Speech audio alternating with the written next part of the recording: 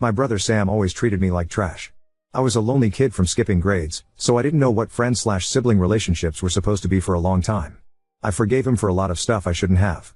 I've always had this vibe where people are calmer around me and don't put up a guard, either, so I get told/hear a lot. Sam knows how much I've always wanted to be his friend, too. So I don't think he ever considered what might happen if he really, truly pissed me off. By 30, I hoped maybe he'd be mellowing out, but no. He only reaches out last minute on holidays and when he needs something from us. I live with my parents. I've grown emotionally as an adult, valuing myself.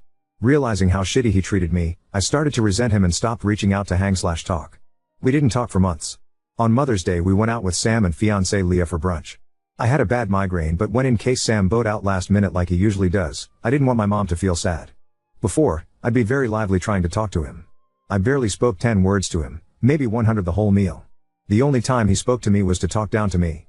The restaurant is busy so we leave our table and go outside. It's hot and bright, bad conditions for a migraine. Leah has chronic migraines so you think he'd be sympathetic, but he didn't even notice I wasn't well. Sam didn't get mom a gift, just a card. It's a sonogram. Sam and Leah have been engaged for a while, but no one likes Leah, and for good reason, the posts I could write. My parents are pretending to be happy, but I don't bother. After a little while the light and heat are making me feel sick so I ask my dad if we can go now. Sam snaps that no one asked me to come, I wasn't invited. Mom quickly shut that down, and I tried to walk away to the car and sit. But he said, "Wow, that's shitty, family for you." All hell broke loose on him. I turned around and screamed, not caring about our 7-year age gap, difference in height, or strength. The entire group froze in shock because I'm always soft-spoken and gentle.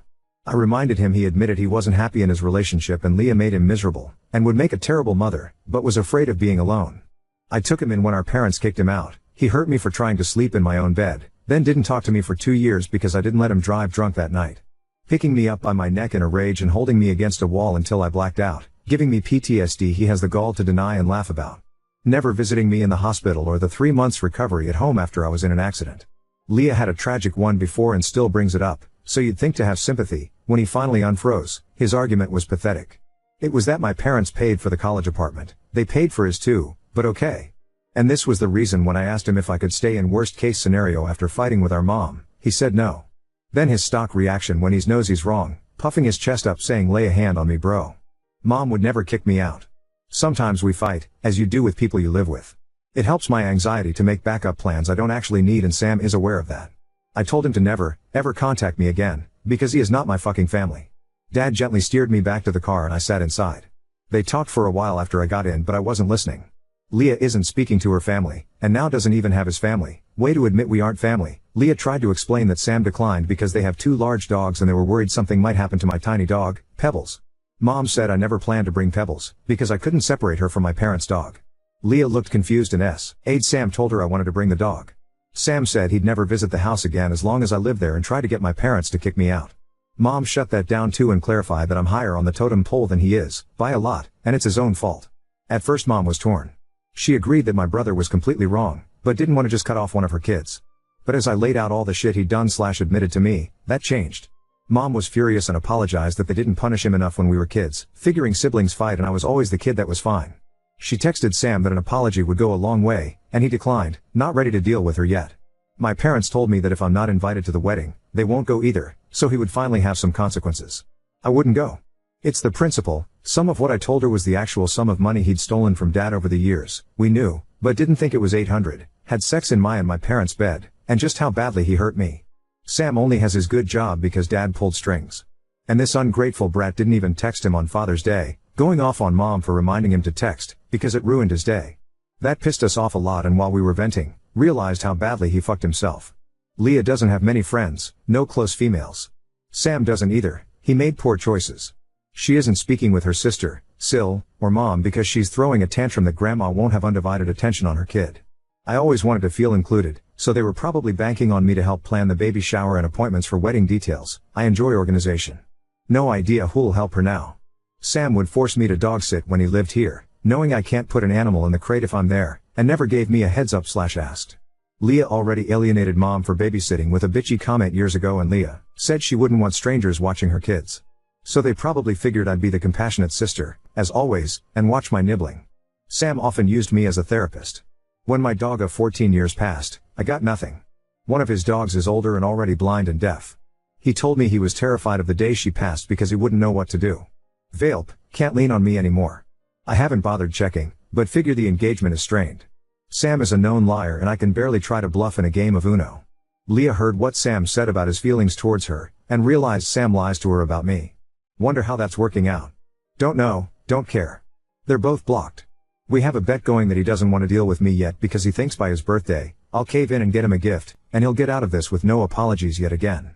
His mistake. Edit, people requested names versus initials for readability and fixed a typo. Oop, don't worry. Sam can drop down and cry for forgiveness, but it won't be coming. Our dad doesn't show emotion much, and when he heard about the cash total, he was so sad and said I can't even trust family. My heart broke. Before that I was open to real apologies and effort to repair our relationship, but that was the last straw for me. Oop, oh yeah, my stomach absolutely dropped seeing the sonogram. Me and the fam always dreaded the day they actually got married or pregnant. We were holding out hope he'd come to his senses at some point. Leah in particular can barely manage to take care of herself. Sucks they both burned bridges to their villages. Update 1. Y'all, I can't. I burst out laughing on this one. So, my dad's birthday was last week. My mom and I tried to make it extra special, all things considered. We usually celebrate, but nothing big. My dad's workplace does these family appreciation days at various places every year, with free passes. Sam works there too, but has never really paid attention to the dates unless he plans on going, which he doesn't unless we do it as a family, usually. So dad's birthday was during the week and the appreciation day was Saturday, at an amusement park. I used to go every year, but I was in an accident a few years ago where I got a concussion and have ongoing intracranial hypertension. Too much fluid is sloshing around up there. I have to take meds so it doesn't press on my optic nerve too severely and slowly make me blind, so roller coasters are off the table for me. Which is tragic, I love them. Since Sam never bothered asking, or checking on me after the accident, I don't think he knows that. Shockingly, Sam did actually text Dad on his birthday. He asked if my parents wanted to do something over the weekend, about midweek. Dad said they'd see later on as the weekend came closer, because Dad takes a week of his vacation around his birthday and has been doing a lot of projects around the house. Then on Friday, Sam texted again, asked if he wanted to do something. Saturday was off the table, of course, and my dad returned to work on Sunday morning for a short shift. So he asked my mom if she wanted to go. Mom said no, but Dad was free to go without her if he wanted to. My dad said he wasn't going to go without her.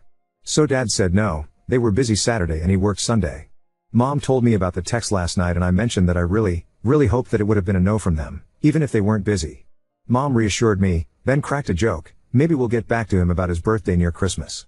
Sam is famously bad at celebrating things / giving gifts / cards until long past the normal window, despite us living about 10 minutes from each other.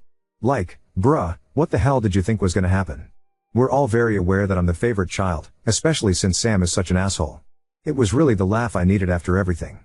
Side note, a commenter point out that when Sam choked me out, what happened was actually strangulation of a minor, a fucking felony crime. God, that tore me up inside. I was used to my brother getting physical, so somehow crime never crossed my mind up to that point. He literally escaped the consequences on that one.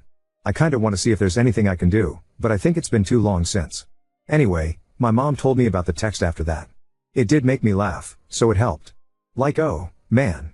I wonder if Sam is ready to deal with me yet, LMFAO. ETA, I guess people don't understand what's happening here? Sam probably doesn't realize there were actual plans on Saturday, and Sam and my dad work at the same place. It'd be easy to find his schedule for Sunday. Either way, he's going to think my parents aren't seeing him on my behalf and realize that they aren't forgiving him either, for the very first time. When Sam choked me out, what happened was actually strangulation of a minor, a fucking felony crime. Oop, well, yeah, it definitely hit me hard when it was pointed out to me. I got really worried for my future nibbling, considering that Sam obviously hasn't grown out of his violent, short temper from how he reacted to that fight. But it's been like 15 years. Which sounds awful to still be hurting about, but I mean, trauma is still done. I'm also kind of worried about nibbling because Sam has history of downward spiral / stressful times turning him into a lazy, intoxicated asshole.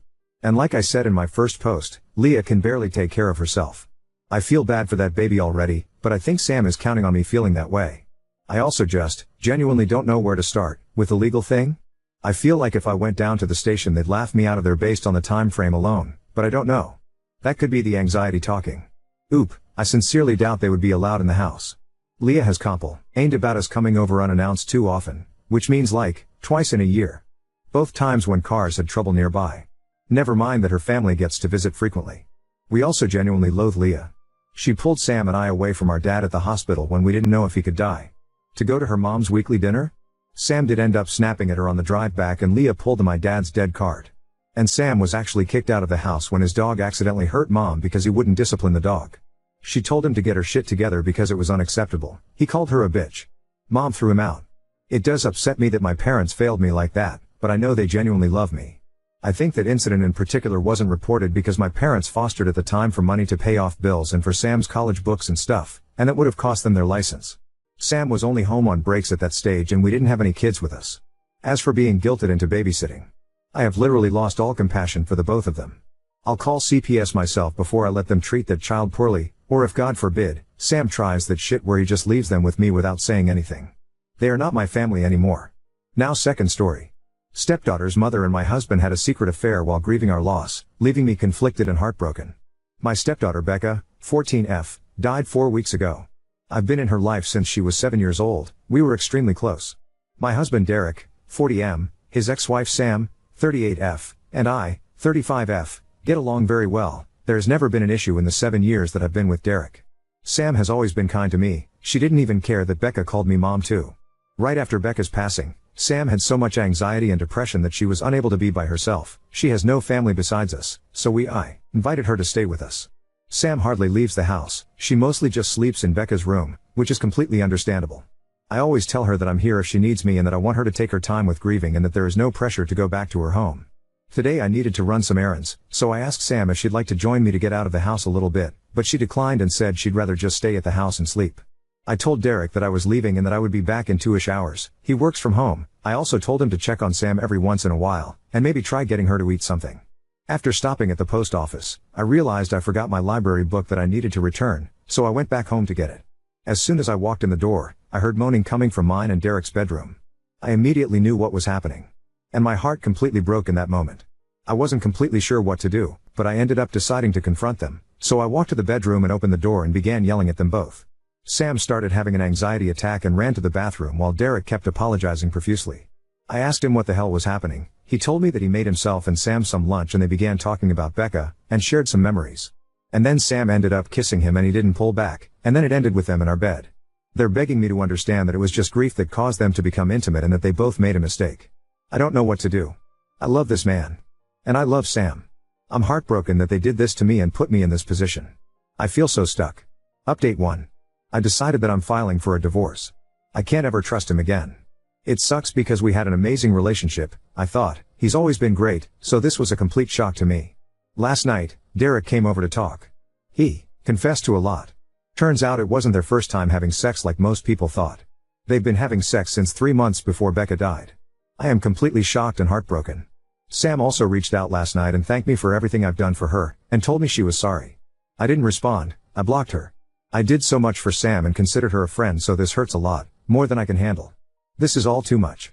As hard as this is gonna be, I need to leave Derek and cut them both out of my life. I am ready to do so. I am done.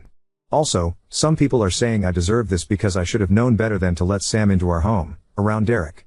But, you need to understand that I'm a giving person. I trust people more than I should. I truly thought Sam was an amazing person. I know it's unusual to become friends with your husband's ex-wife, but it's just how it went for us and I shouldn't be blamed for what happened. Thank you to everyone who commented nice things and for the kind messages. You've all been helpful during this insanely difficult time. I appreciate it. I'm getting lots of questions about some things, so I figured I'd answer a few of them. Have I told anyone about what happened besides my mom? Yes, I told a few friends and some family members. Most of them are supportive of my decision and aren't speaking to Derek. Where is Derek staying? Currently, he's staying at a hotel. Our friends refuse to let him stay with them. He's lost a lot of people due to his awful decisions. Has he tried fighting me on getting a divorce? Yes, he begged me not to file for divorce, but when I told him I needed him to just let me go, and that I was too exhausted to fight him on this, he let it be and agreed to getting a divorce. Why isn't Derek staying with Sam? He told me he didn't want to continue to hurt me, so he told Sam he was done with her for good. And that they have no reason to speak to each other anymore. I have no idea if that'll last and if they'll just end up together, but I truly don't care what they do anymore. I just want peace. What was Derek's excuse for cheating? He told me that they just accidentally reconnected one night when I was away at my mom's. He was stressed we weren't conceiving and were having miscarriages, so he vented to Sam, and then somehow that led to sex.